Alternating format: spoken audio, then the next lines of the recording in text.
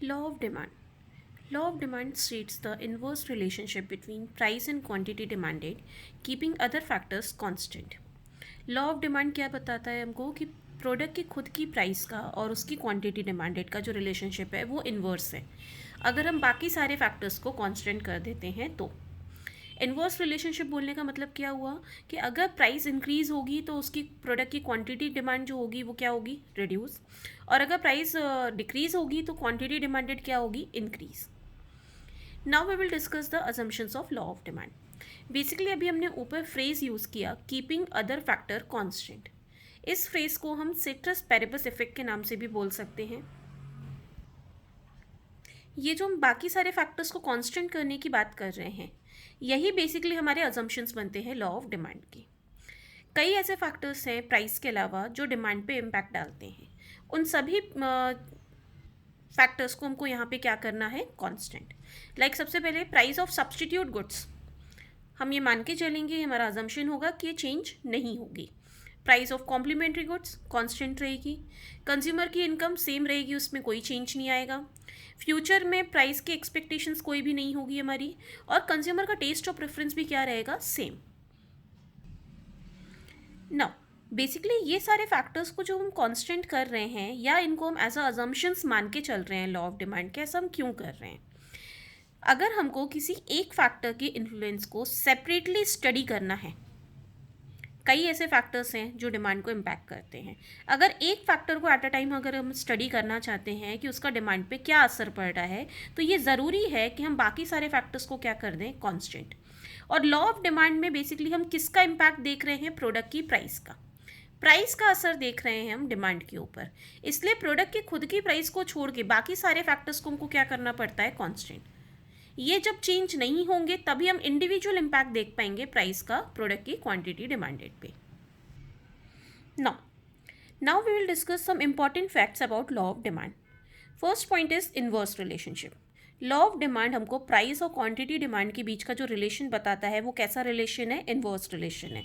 मतलब एक गिरेगा तो दूसरा बढ़ेगा, एक में इंक्रीज है तो दूसरे में डिक्रीज है। Second point is qualitative not quantitative. It makes a qualitative statement only, that is, it indicates the direction of change in the amount demanded and does not indicate the magnitude of change. Basically law of demand हमको सिर्फ ये बताता है कि demand में increase आएगा या decrease आएगा। इससे हमको ये नहीं पता चलता है कि कितना इंक्रीज आना है या कितना डिक्रीज आना है। क्वांटिटी में हम लॉ ऑफ डिमांड में बात नहीं कर रहे हैं, ये क्वालिटेटिव स्टेटमेंट होगा। Third point is no proportional relationship. It does not establish any proportional relationship between change in price and the resultant change in demand. मतलब लॉ ऑफ डिमांड से कोई भी फिक्स प्रपोर्शन हम फिक्स नहीं कर सकते कि अगर प्राइस में 10% का चेंज आया है तो कंपलसरी डिमांड में एक पर्टिकुलर परसेंटेज का चेंज आएगा ही आएगा। लॉ ऑफ डिमांड ऐसा कोई भी प्रपोर्शनल रिलेशनशिप हमको नहीं बता रहा है। And the last point is one sided. Law of demand one sided law है। ये सिर्फ प्राइस के चेंज को बताता है कि अगर प्राइस चेंज होगी तो उसका डिमांड पे क्या असर पड़ेगा। उल्टा हम इसको अप्लाई नहीं कर सकते कि अगर डिमांड में चेंज आया तो प्राइस पे क्या असर होगा। ऐसा उल्टा स्टेटमेंट हम यहाँ पे अप्लाई नहीं कर सकते हैं। Now we will discuss the derivation of law of demand. That is, law of demand हमको बताता है कि प्राइस और डिमांड के बीच का रिलेशन कैसा होता है, इन्वर्स रिलेशन। इसको हम डिराइव करेंगे according to single commodity case and double commodity case of equilibrium condition. सबसे पहले बात करते हैं सिंगल कमोडिटी केस की। In case of single commodity equilibrium की हमारी कंडीशन होती है कि that is marginal utility must be equal to price. अगर ऐसा नहीं होता है, इन दैट केस दो कंडीशंस अराइज होती है, या तो मार्जिनल यूटिलिटी प्राइस से ज़्यादा होती है या मार्जिनल यूटिलिटी प्राइस से कम होती है। अगर मार्जिनल यूटिलिटी प्राइस से ज़्यादा है, मतलब से फॉर एग्जांपल पहले इक्वल पे थे, उसके बाद हमारी प्राइस फॉल हो गई, प्राइस फॉल हुई और मार्जिनल यूटिलिटी प्राइस से ज़्यादा हो गई। जब एम यू ग्रेटर देन होता है प्राइस से, इन दैट केस क्या होता है, कंज्यूमर का सेटिस्फैक्शन ज़्यादा होता है प्रोडक्ट से और कंज्यूमर उस प्रोडक्ट को ज़्यादा परचेज करता है। तो बेसिकली हम ये बोल सकते हैं कि जब प्राइस गिर रही है तो ऑटोमेटिकली कंज्यूमर उस प्रोडक्ट को डिमांड ज़्यादा कर रहा है। तो जो इन्वर्स रिलेशन है प्राइस और डिमांड का, जस्टिफाई हो रहा है इस पॉइंट में। सिमिलरली अगर एम यू लेस देन है प्राइस से, मतलब प्राइस इंक्रीज हो जाती है, तो ऑटोमेटिकली एम यू की वैल्यू क्या होगी, प्राइस से छोटी हो जाएगी। जब मार्जिनल यूटिलिटी लेस देन होगी प्राइस से, तो बेसिकली कंज्यूमर का सेटिस्फैक्शन जो है उस प्रोडक्ट से क्या रहेगा, कम, और कंज्यूमर डिमांड को क्या करेगा, रिड्यूस। इट मीन्स अगर प्राइस राइज होती है तो डिमांड क्या हो रही है, रिड्यूस। अगेन इन्वर्स रिलेशनशिप जो है वो यहाँ पे जस्टिफाई हो रहा है। So we can conclude that कि प्राइस और डिमांड के बीच का जो रिलेशन होता है वो कैसा होता है, inverse relation. Similarly law of equi marginal utility या टू कमोडिटी केस की बात करते हैं। In case of two commodity हमारी कंडीशन क्या है इक्विलिब्रियम की, M U X upon P of X must be equal to M U Y upon P of Y. ना से फॉर एग्जाम्पल इस सिचुएशन पे ऑटोमेटिकली अगर हमारे प्रोडक्ट एक्स की प्राइस रिड्यूस हो जाती है तो ये जो डिवाइड वाला सेक्शन है इस साइड का, ये वैल्यू हमारी क्या हो जाएगी, बड़ी, क्योंकि जैसे ही प्राइस कम होगी एक्स की उसका मार्जिनल यूटिलिटी क्या हो जाएगा, बढ़ जाएगा, कंज्यूमर को उससे ज़्यादा सेटिस्फैक्शन मिलने लगेगा। तो ओवरऑल डिवाइड से हमको इस साइड का जो आंसर मिलेगा लेफ्ट साइड का, वो कैसा मिलेगा, बड़ा as compare to this side. तो ऑटोमेटिकली कंज्यूमर क्या करेगा, एक्स को ज़्यादा परचेज करेगा, वाई को कम। एक्स की प्राइस क्या हुई थी, रिड्यूस, ओवरऑल, जिसकी वजह से कंज्यूमर का एक्स से सेटिस्फैक्शन बढ़ा। और इस केस में कंज्यूमर ने क्या किया, एक्स को ज़्यादा परचेज करना चालू किया और वाई को कम। तो बेसिकली इन्वर्स रिलेशनशिप जस्टिफाई हो रहा है यहाँ पे हमारा कि अगर प्रोडक्ट की प्राइस गिरती है तो ऑटोमेटिकली कंज्यूमर क्या कर रहा है, उसको ज़्यादा डिमांड कर रहा है। सिमिलरली अपोजिट केस की बात करें, अगर वाई की प्राइस रिड्यूस हो जाती है, इन दैट केस कंज्यूमर का वाई से जो सेटिस्फैक्शन है वो इंक्रीज हो जाएगा। तो हमको ये साइड का जो आंसर मिलेगा डिवाइड के बाद वो कैसा मिलेगा, बड़ा। या हम उल्टा बोल सकते हैं कि एक्स से प्राइस रिड्यूस होने की जगह इंक्रीज हो जाए, तो जैसे ही एक्स महंगा होगा उसकी मार्जिनल यूटिलिटी क्या करने लगेगी, फॉल। हम एक छोटे से नंबर को बड़े वैल्यू से डिवाइड करेंगे अगर, तो हमको और छोटा आंसर मिलेगा डिवाइड के बाद, ऑटोमेटिकली ये सेक्शन क्या हो जाएगा हमारा, बड़ा। तो बेसिकली कंज्यूमर क्या करेगा, वाई को ज़्यादा परचेज करेगा, एक्स को कम। तो यहाँ भी हमारा जो इन्वर्स रिलेशनशिप है प्राइस और डिमांड के बीच का, वो जस्टिफाई हो रहा है। Therefore we can conclude that two commodity case के अकॉर्डिंग भी कि प्राइस और डिमांड के बीच का रिलेशनशिप कैसा होता है, inverse relation. Now we will discuss the reasons for law of demand. Basically यहाँ पे हम ये डिस्कस करेंगे कि लॉ ऑफ डिमांड कैसे ऑपरेट करता है। That is why does a consumer buy more at a lower price than the higher price. सबसे पहला रीजन है हमारा law of diminishing marginal utility, that is law of DMU. Law of DMU states that as we consume more and more unit of a commodity, the utility derive from each successive unit goes on decreasing. मतलब जब हम एक particular product को लगातार consume करते हैं तो हर successive unit से जो हमारा सेटिस्फैक्शन होता है वो क्या हो जाता है, डिक्रीज। मतलब अल्टीमेटली कंज्यूमर की डिमांड किस पे डिपेंड कर रही है, उसकी यूटिलिटी पे, जो उसको सेटिस्फैक्शन मिल रहा है उस पर। अगर कंज्यूमर को ज़्यादा सेटिस्फैक्शन मिलेगा तो वो ज़्यादा पे करेगा, प्रोडक्ट को ज़्यादा डिमांड भी करेगा। डेफिनेटली अगर कंज्यूमर को सेटिस्फैक्शन ज़्यादा नहीं मिल रहा है तो वो सेम प्राइस पे करने के लिए तैयार नहीं रहेगा एडिशनल यूनिट के लिए। इन दैट केस वो ज़्यादा तभी पे करेगा प्रोडक्ट के लिए जब उसको प्राइस रिड्यूस मिले। That is the consumer will buy more unit of the commodity only when the price fall. Therefore law of demand के अकॉर्डिंग हम ये बोल सकते हैं कि ये जो हमारा law of diminishing marginal utility है ये बेसिक रीज़न है for the operation of law of demand. Law of diminishing marginal utility का कंसेप्ट फॉलो होता है, इसलिए लॉ ऑफ डिमांड भी हमारा जस्टिफाई हो पा रहा है, इसीलिए इन्वर्स रिलेशनशिप डिमांड और प्राइस के बीच में स्टेब्लिश होता है। सेकेंड रीज़न है सब्स्टिट्यूशन इफेक्ट। सब्स्टिट्यूशन इफेक्ट का मतलब होता है कि एक कमोडिटी की जगह दूसरे को सब्स्टिट्यूट करना, जब कोई एक कमोडिटी सस्ती हो जाए, चीपर हो जाए। जब किसी प्रोडक्ट की प्राइस फॉल होती है, वो सस्ता हो जाता है, तो as compare to its substitute, अगर हम ये मान के चलें कि सब्स्टिट्यूट प्रोडक्ट की प्राइस में कोई चेंज नहीं आ रहा है, तो ऑटोमेटिकली जो उसका पहला प्रोडक्ट है जिसमें प्राइस फॉल हुई है, लोग उसकी तरफ ज़्यादा इंक्लाइंड हो जाते हैं, उसकी डिमांड ज़्यादा इंक्रीज़ हो जाती है। लाइक यहाँ पे हमको एग्जाम्पल दिया हुआ है पेप्सी और कोक का। अगर पेप्सी की प्राइस फॉल होती है, अज्यूमिंग दैट कि कोक की प्राइस में कोई भी चेंज नहीं आया है, पेप्सी और कोक एक दूसरे के सब्स्टिट्यूट है, अगर पेप्सी की प्राइस फॉल होती है, वो चीपर हो जाती है, तो automatically as a substitute for the coke लोग ज़्यादा से ज़्यादा पेप्सी को डिमांड करने लगेंगे, तो पेप्सी की डिमांड ऑटोमेटिकली क्या होगी, राइज हो जाएगी। सब्स्टिट्यूट अवेलेबल है इसीलिए हम ऐसा कर पा रहे हैं। अगर हमारे पास ऑप्शन ही ना हो कि नहीं सिर्फ आपके पास एक ही प्रोडक्ट है Coke, in that case Coke की प्राइस में कोई भी चेंज आए, आप खास कोई उसकी डिमांड में चेंज नहीं ला पाओगे। जब सब्सटीट्यूट होगा ही नहीं तो आप उसको रिप्लेस किससे करोगे? सब्सटीट्यूशन इफेक्ट है, इसलिए हम प्राइस चेंज के अकॉर्डिंग डिमांड में चेंज ला पाते हैं। And that is the reason कि हमारे लॉ ऑफ डिमांड के अकॉर्डिंग प्राइस और डिमांड का रिलेशनशिप कैसा है? Inverse. Next point is income effect. Income effect का मतलब होता है कि ओवरऑल डिमांड पे क्या इम्पैक्ट पड़ेगा जब कंज्यूमर की रियल इनकम में चेंज आए due to change in price of a given commodity. मतलब जब प्राइस में चेंज आता है किसी भी प्रोडक्ट की तो बेसिकली उससे कंज्यूमर का परचेजिंग पावर भी इफेक्ट होता है। अगर प्राइस रिड्यूस हो जाती है तो सेम अमाउंट से कंज्यूमर ज़्यादा परचेज कर सकता है, उसकी परचेजिंग पावर इंक्रीज़ हो जाती है, तो बेसिकली वो प्रोडक्ट को ज़्यादा परचेज करता है। ऑन द अदर हैंड अगर हम ऐसा बोलें कि प्राइस अगर इंक्रीज़ हो रही है, in that case same money level पे, सेम इनकम लेवल पे कंज्यूमर की परचेसिंग पावर क्या हो जाएगी? रिड्यूस। तो वो ऑटोमेटिकली प्रोडक्ट को क्या करेगा? कम डिमांड करेगा। Next point is additional customer. जब किसी भी कमोडिटी की प्राइस फॉल होती है तो उसके साथ में कई नए कस्टमर, नए कंज्यूमर्स भी जुड़ जाते हैं, जो पहले मे भी हो सकता है उसकी हाई प्राइस की वजह से उसको परचेज़ नहीं कर पा रहे थे, वो भी अब उसको परचेज़ करना स्टार्ट कर देते हैं। नो डाउट ओल्ड कंज्यूमर तो प्रोडक्ट की डिमांड को इंक्रीज़ करते हैं because of reduced price, but नए कस्टमर जुड़ के उसकी डिमांड को और ज़्यादा इंक्रीज़ कर देते हैं। Therefore we can say that कि जब प्राइस फॉल होती है तो डिमांड इंक्रीज़ होती है because of additional customers also. And the last point is different uses. ऐसे कई प्रोडक्ट हैं जो एक से ज़्यादा यूज़ में आते हैं, लाइक मिल्क, इलेक्ट्रिसिटी।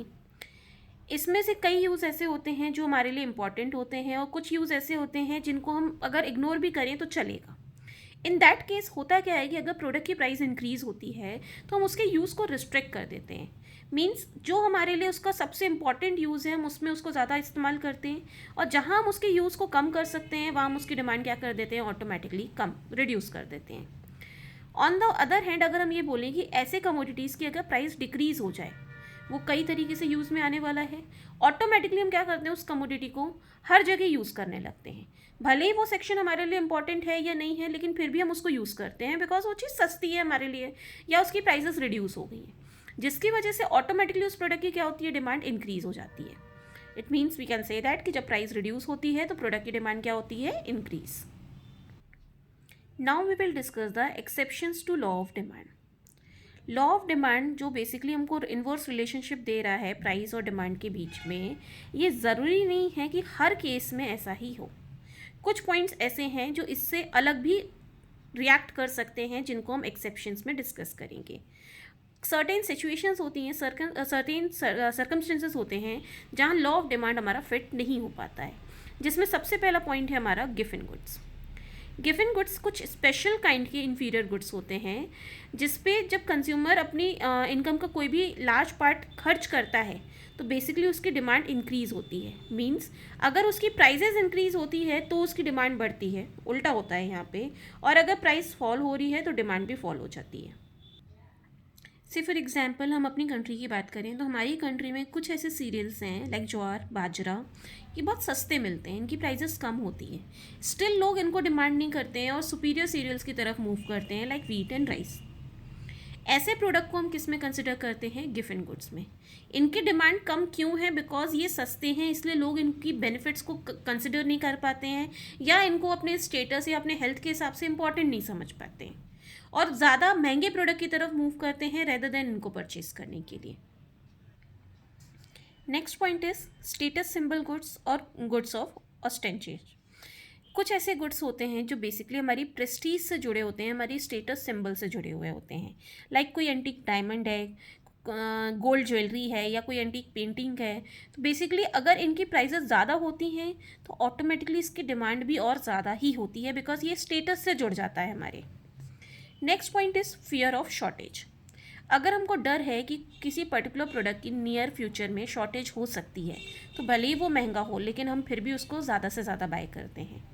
भले ही प्राइसेस राइज हो रही हैं करंट पीरियड में, फिर भी हम उसकी डिमांड को क्या करते हैं? इंक्रीज़, क्योंकि हमको ये डर रहता है कि आगे हो सकता हो हमको ये प्रोडक्ट ना मिले, इसलिए हम उसको अभी से खरीद के रखने की कोशिश करते हैं।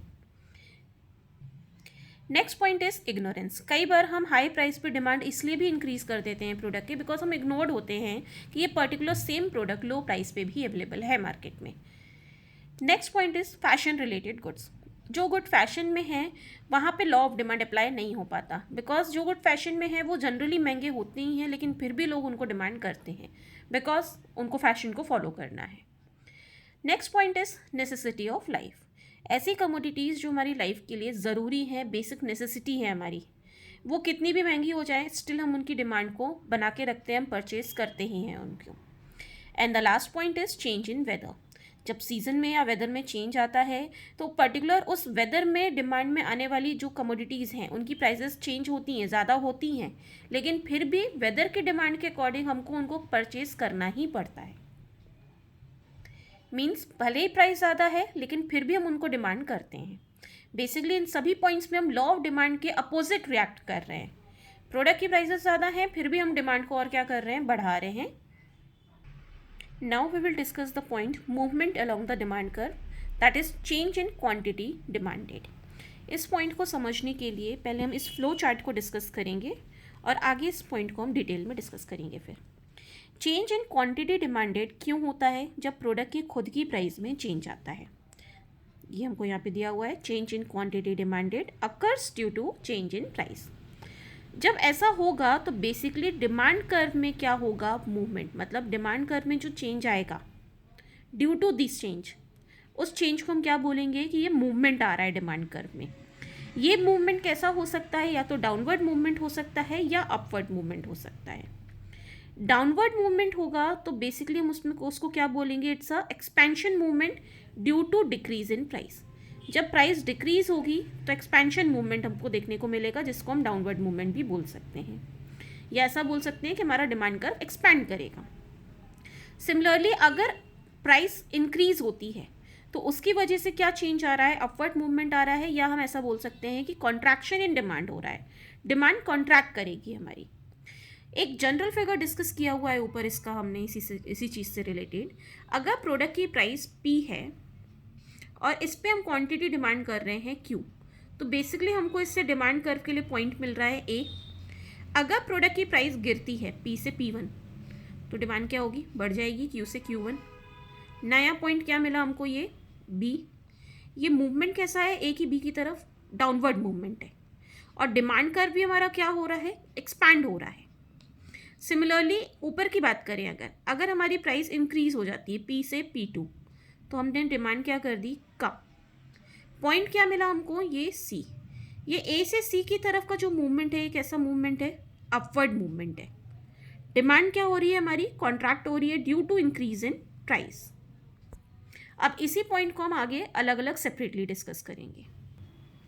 पहला पॉइंट है हमारा एक्सपेंशन इन डिमांड।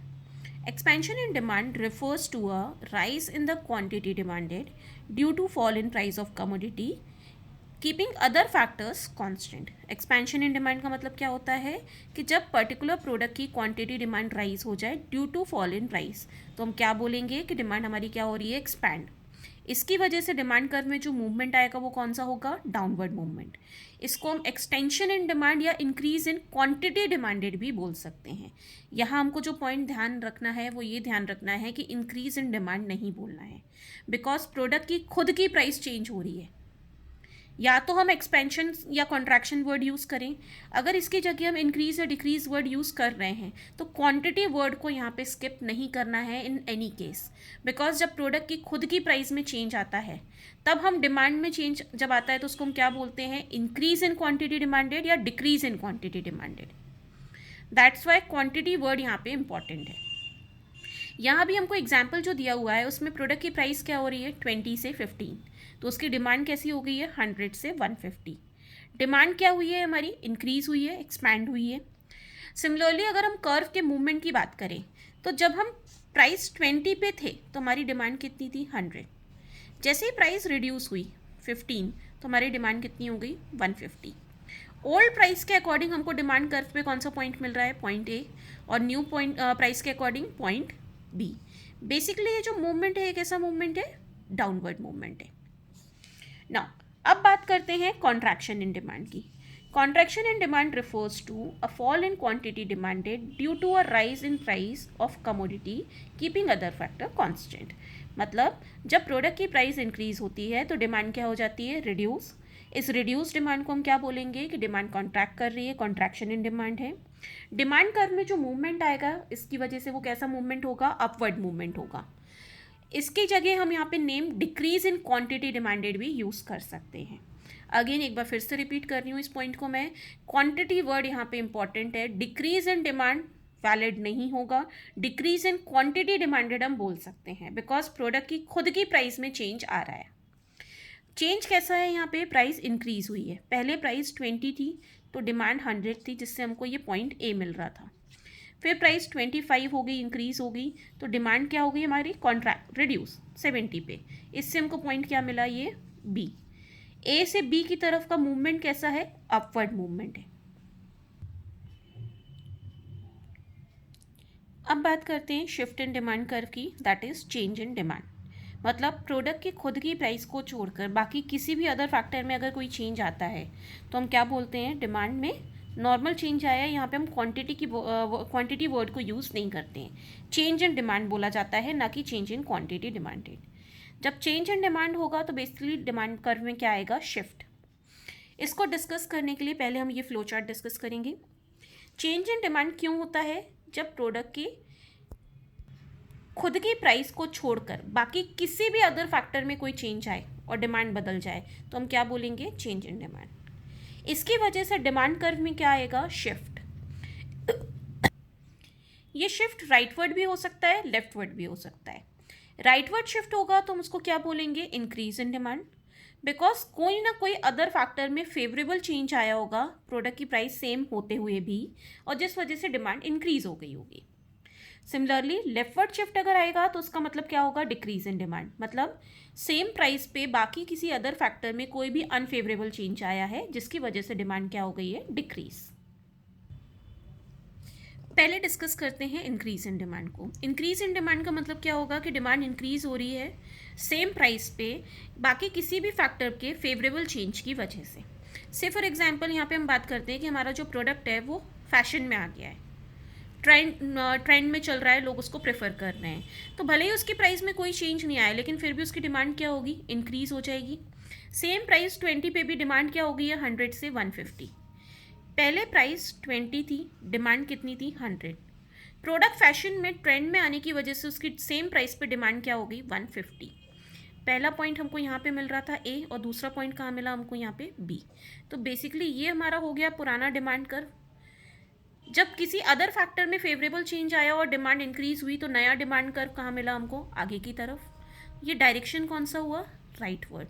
और पूरा का पूरा हमारा डिमांड कर्व क्या हुआ है, शिफ्ट हो गया है इस पोजीशन से इस पोजीशन पे। तो बेसिकली ये क्या रिप्रेजेंट कर रहा है, rightward shift in demand curve due to increase in demand same price पे। सिमिलरली अब बात करते हैं डिक्रीज इन डिमांड की। डिक्रीज इन डिमांड का मतलब क्या होगा कि जब डिमांड हमारी फॉल कर जाए बिकॉज किसी अदर फैक्टर में अनफेवरेबल चेंज आया है, दो प्राइजेस क्या हैं, सेम एग्जाम्पल को अगर हम कंटिन्यू करें कि हमारा प्रोडक्ट अचानक से आउट ऑफ फैशन हो गया है, दो उसकी प्राइस में चेंज नहीं आया लेकिन फिर भी उसकी डिमांड क्या हो जाएगी, रिड्यूस। पहले 100 थी, अब कितनी हो गई उसकी डिमांड, 70, सेम प्राइस पे। सेम प्राइस 20 पे पहले हम कितना डिमांड कर रहे थे, 100। तो हमें पॉइंट कहाँ मिला, ये पॉइंट ए, इससे हमने एक डिमांड कर्व बनाया। जब सेम प्राइस पे प्रोडक्ट आउट ऑफ फैशन होने की वजह से हमारी डिमांड 70 हो गई तो नया पॉइंट हमको कहाँ पे मिल रहा है, यहाँ। ये हमने नया डिमांड कर्व बनाया। ये डायरेक्शन क्या है, लेफ्ट साइड का डायरेक्शन है। तो बेसिकली हमारा डिमांड कर्व क्या हुआ, यहाँ से यहाँ लेफ्ट साइड में शिफ्ट हो गया। ये किसको रिप्रेजेंट कर रहा है, लेफ्टवर्ड शिफ्ट, और we can say that decrease in demand. Shift के केस को आगे डिस्कस करने से पहले अब हम डिस्कस करेंगे सब्स्टिट्यूट गुड और कॉम्प्लीमेंट्री गुड के डिमांड कर्व को। सबसे पहले बात करते हैं सब्स्टिट्यूट गुड्स की। यहाँ पे हमको एग्जाम्पल में दिया हुआ है टी एंड कॉफ़ी। टी और कॉफ़ी एक दूसरे के सब्स्टिट्यूट हैं। यहाँ अब जो चीज़ हमको ध्यान में रखनी है वो ये ध्यान रखना है कि यहाँ पे अगर हमने टी की डिमांड ली हुई है तो यहाँ हमने प्राइस किसकी ली है, कॉफ़ी की। अभी तक हमने जितने भी फिगर डिस्कस किए हैं डिमांड कर्व के, अगर हम यहाँ पे एक्स की डिमांड ले रहे थे तो एक्स की ही प्राइस को कंसिडर कर रहे थे यहाँ पे। लेकिन अभी कैसा है, जिस प्रोडक्ट की डिमांड है उसके सब्स्टिट्यूट की प्राइस को आपको लेना है, तभी आप सब्स्टिट्यूट गुड्स के डिमांड कर्व को बना पाओगे। एक तरीके से देखा जाए तो ये अपोजिट नेचर में बन रहा है, बिकॉज सब्स्टिट्यूट गुड्स में रिजल्ट जो होगा हमारा वो अपोजिट हो जाएगा। अगर टी की डिमांड की बात करते हैं हम कि टी की डिमांड इंक्रीज़ हो रही है, क्यों इंक्रीज़ हो रही है? बिकॉज प्राइस ऑफ कॉफ़ी क्या हुई है? इंक्रीज़ हो गई है। कॉफ़ी महंगी होने की वजह से उसके substitute goods that is T, T की डिमांड क्या हो गई है? बढ़ गई है। पॉइंट कैसा मिल रहा है हमको? पहला पॉइंट यहाँ और दूसरा पॉइंट यहाँ। अभी तक हम डिमांड कर्व बना रहे थे इस डायरेक्शन में, अभी हमारा डिमांड कर्व कैसा बना है? अपोजिट इस डायरेक्शन में। रीज़न वही है कि यहाँ पे हम सब्स्टिट्यूट गुड को रिप्रेजेंट कर रहे हैं। जिस प्रोडक्ट की हमने डिमांड ली है उसके सब्स्टिट्यूट की प्राइस को कंसिडर किया है ग्राफ में। नाउ अब बात करते हैं कॉम्प्लीमेंट्री गुड्स की। कॉम्प्लीमेंट्री गुड्स कैसे होते हैं? जो साथ में यूज़ में आते हैं, लाइक टी एंड शुगर साथ में यूज़ में आएगी। तो अगर शुगर की प्राइस इंक्रीज़ होगी तो ऑटोमेटिकली टी की डिमांड क्या होगी? रिड्यूस हो जाएगी। यहाँ पे भी ध्यान हमको वही चीज़ रखनी है कि अगर हमने यहाँ पे डिमांड ऑफ टी को लिया है तो यहाँ उसके कॉम्प्लीमेंट्री की प्राइस आएगी। लाइक शुगर उसका कॉम्प्लीमेंट्री प्रोडक्ट हो गया, तो यहाँ हमने शुगर की प्राइस को कंसिडर किया है। जैसे ही शुगर महंगी होती है तो टी की डिमांड ऑटोमेटिकली क्या हो जा रही है? रिड्यूस। नॉर्मल जैसा हमारा डिमांड कर्व बनता है वैसे ही डिमांड कर्व बनेगा यहाँ पे। अब वापस आते हैं हमारे शिफ्ट के टॉपिक पे, that is change in demand में। अगर सब्स्टिट्यूट गुड्स की प्राइस में चेंज आए तो उसकी वजह से हमारा डिमांड कर्व कैसे रिएक्ट करेगा, कैसे शिफ्ट होगा? सबसे पहले बात करते हैं increase in price of substitute good की। लाइक सेम एग्जांपल अगर हम कंटिन्यू करें टी एंड कॉफ़ी का, टी और कॉफ़ी एक दूसरे के सब्स्टिट्यूट हैं। अगर कॉफ़ी की प्राइस रिड्यूस होती है तो ऑटोमेटिकली टी की डिमांड क्या होगी? कम हो जाएगी। यहाँ हमको दिया हुआ है कि अगर कॉफ़ी की प्राइस राइज हो जाए, अगर कॉफ़ी की प्राइस इंक्रीज़ होती है तो ऑटोमेटिकली टी की डिमांड क्या होगी? इंक्रीज़ हो जाएगी। सेम प्राइस पे भी लोग ज़्यादा टी प्रेफर करने लगेंगे क्योंकि कॉफ़ी महंगी हो गई है और कॉफ़ी का सब्स्टिट्यूट क्या है? टी। अब यहाँ पे अगर हम फिगर की बात करें तो देखिए, यहाँ पे अगर हमने डिमांड ऑफ टी लिया है तो यहाँ पे हमने प्राइस ऑफ टी लिया है, प्राइस ऑफ कॉफ़ी नहीं। बेसिकली यहाँ पे हम क्या रिप्रेजेंट कर रहे हैं? डिमांड कर्व में शिफ्ट को रिप्रेजेंट करना है हमको, इसलिए हमने सब्स्टिट्यूट गुड्स का एग्जाम्पल ज़रूर लिया है, उसके केस को ज़रूर डिस्कस कर रहे हैं, लेकिन जिस प्रोडक्ट की डिमांड ले रहे हैं उसी प्रोडक्ट की प्राइस भी ले रहे हैं। इससे पहले जो हमने पॉइंट डिस्कस किया उसमें हमको सब्स्टिट्यूट गुड्स का ओरिजिनल डिमांड कर्व बनाना था, दैट्स वाई हमने उसके सब्स्टिट्यूट की प्राइस की बात की थी। अगर हमने टी की डिमांड ली थी तो कॉफ़ी की प्राइस ली थी वहाँ पे, लेकिन यहाँ भी ऐसा नहीं करेंगे हम। बेसिकली चेंज क्या आ रहा है? कॉफ़ी महंगी हो गई तो लोग सेम प्राइस पे भी टी को ज़्यादा प्रेफर करने लगे, तो ये डायरेक्शन कौन सा है हमारा? Right word. शिफ्ट क्या आ रहा है? Right word. Similarly decrease in price of substitute goods. अगर सब्स्टिट्यूट गुड की प्राइस डिक्रीज हो जाती है, कॉफ़ी सस्ती हो जाती है, तो ऑटोमेटिकली सेम प्राइस पे लोग टी की डिमांड क्या कर देंगे? रिड्यूस। ज़्यादा क्या प्रेफर करने लगेंगे? कॉफ़ी। तो ऑटोमेटिकली जो हमको शिफ्ट मिलेगा वो कैसा मिलेगा? Leftward shift. अब बात करते हैं कॉम्प्लीमेंट्री गुड्स की, जिसमें पहला पॉइंट है हमारा increase in price of complementary good. Like tea and sugar एक दूसरे के कॉम्प्लीमेंट्री प्रोडक्ट हैं, तो अगर शुगर महंगी होती है तो ऑटोमेटिकली सेम प्राइस पे टी की डिमांड क्या होगी? रिड्यूस हो जाएगी। अगर शुगर महंगी हो गई तो टी की डिमांड हमारी क्या होगी? क्यू से Q1 रिड्यूस। तो जो नया डिमांड कर्व मिलेगा वो हमको कैसा मिलेगा? लेफ्टवर्ड डायरेक्शन में शिफ्ट होता हुआ। Basically we can say that कि अगर कॉम्प्लीमेंट्री गुड्स की प्राइस इंक्रीज होगी तो डिमांड कर्व में क्या आएगा? Leftward shift.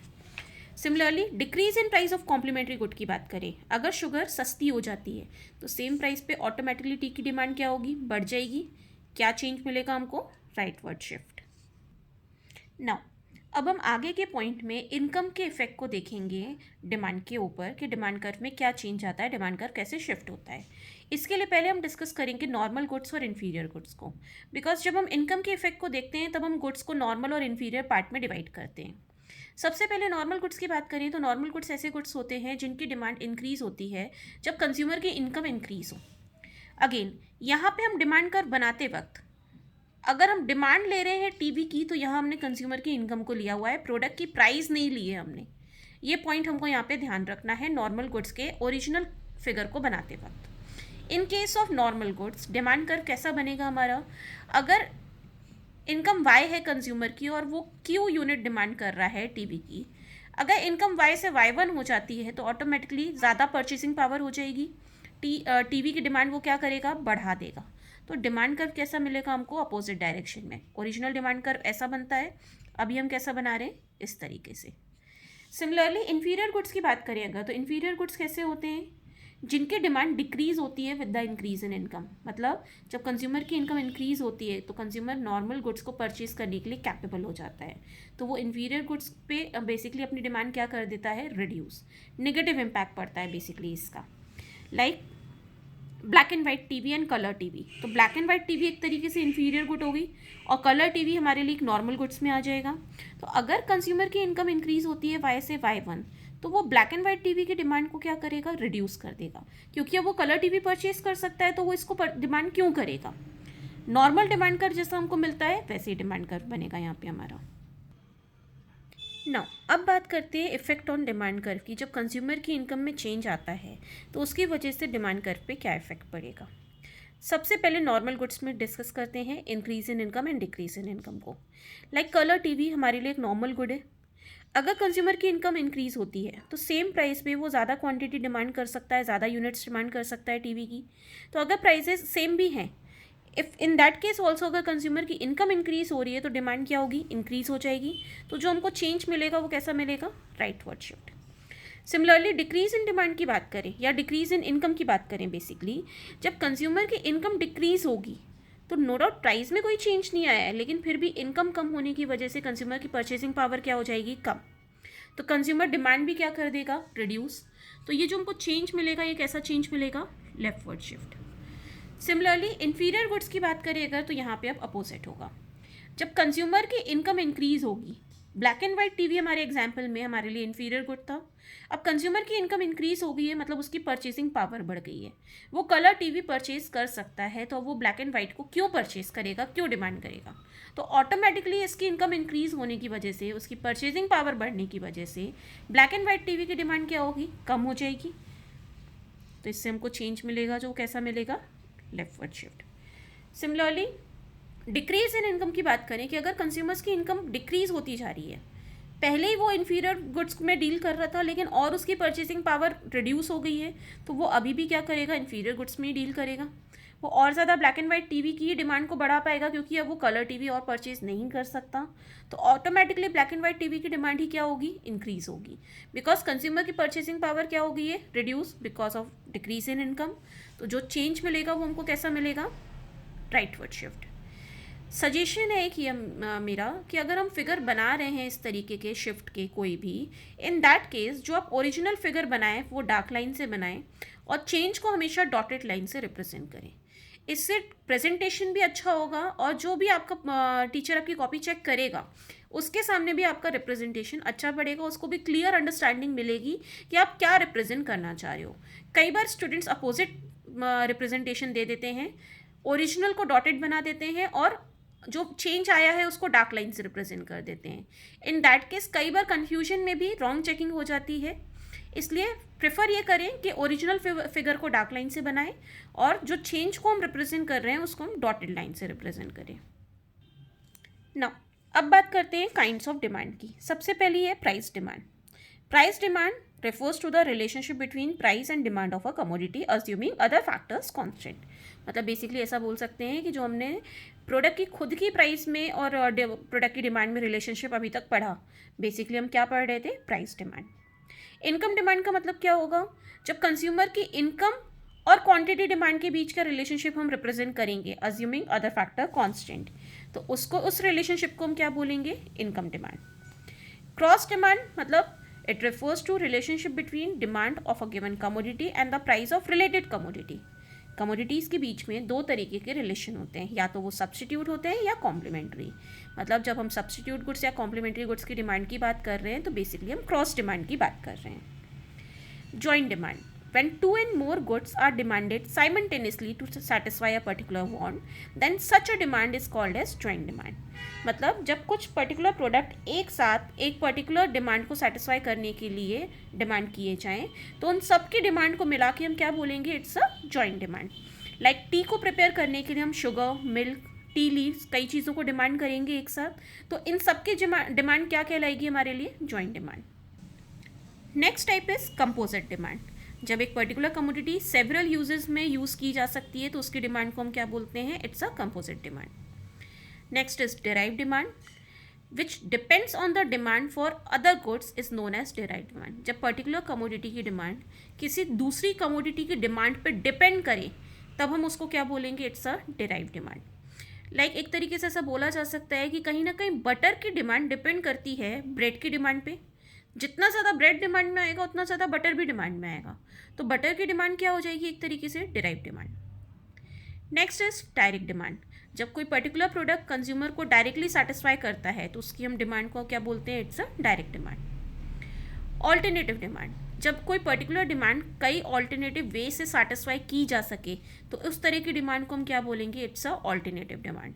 लाइक अगर किसी पर्सन को भूख लगी है तो उसके पास कई ऑप्शंस हैं अपनी डिमांड को फुलफिल करने के लिए, तो बेसिकली उसकी डिमांड को हम क्या किस में कंसिडर करेंगे, ऑल्टरनेटिव डिमांड में। And the last one is competitive demand. जब दो गुड्स एक दूसरे के इतने ज़्यादा क्लोज सब्सटीट्यूट हों और किसी एक प्रोडक्ट की अगर डिमांड इंक्रीज होती है तो ऑटोमेटिकली दूसरे की डिमांड डिक्रीज हो रही हो, इन दैट केस बेसिकली हम क्या बोल रहे हैं, वो प्रोडक्ट क्या होंगे या उनकी डिमांड किस में कंसिडर की जाएगी, कॉम्पिटिटिव डिमांड में। सिंपल सेंस में ये भी बोला जा सकता है कि जो गुड्स एक दूसरे के बहुत ही क्लोज सब्सटीट्यूट होते हैं उनकी डिमांड कैसी होती है, कॉम्पिटिटिव डिमांड।